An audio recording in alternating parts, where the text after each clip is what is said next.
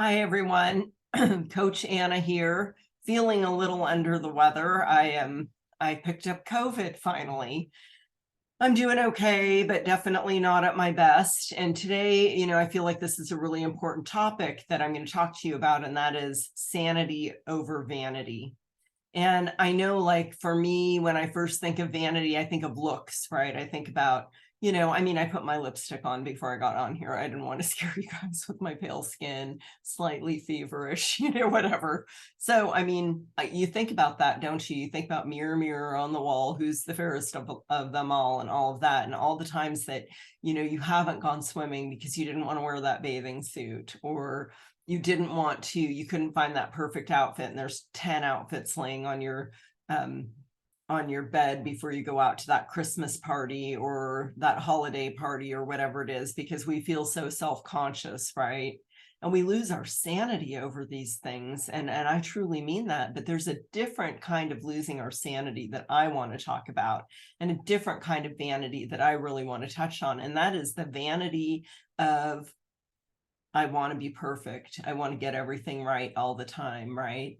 And there's this saying that one of my friends taught me. Her name's Maria, and she lives in Mexico, and she's a high performance coach. And she talked about people would rather disappear than they would disappoint. Do you hear what I'm saying here? People would rather disappear than disappoint someone else, right? So this is what we see in groups sometimes, right? I've been doing this a while, and addicts want to disappear rather than disappoint, because they really feel like, oh, if I ate that food, if I did this, and if I did that, then I'm going to disappoint everyone. And let me tell you, do not let the vanity of thinking that you've got to be perfect make you disappear. Please don't do that. Stick around and wait for the miracle to happen. I encourage you to listen to Judy's podcast with Unsweetened Sio. I believe it's episode number 70 or 71. And she talks about her one lousy cheese curl that she took a bite of. And it took her 13 years to get her sanity back from that one bite. But she kept going after it. She kept going after it. And now she lives a beautiful life. And she's probably my biggest role model. So I'm telling you guys, there's more to vanity than just looks, right? There's the vanity or the false pride that we all have. Of course, we want to do well.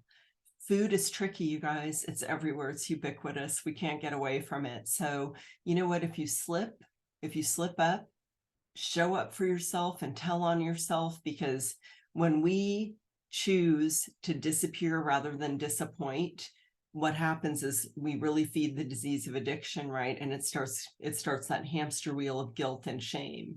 That part of our brain tells us, nobody needs to know this. I don't need to say this, or, well, I'm just not going to show up anymore for myself, right?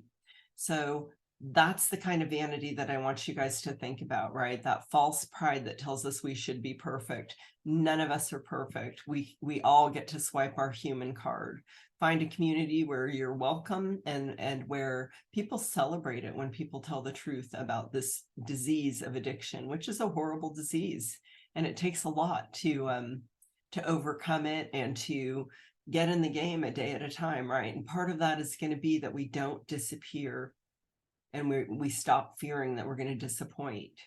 And I'd really encourage you guys to think about, how would you respond to someone who felt like they were a disappointment because they took a bite of something? I know that you would show up for them. I'm asking you to show up for yourself that way. All right, you guys, sanity over vanity all day, every day.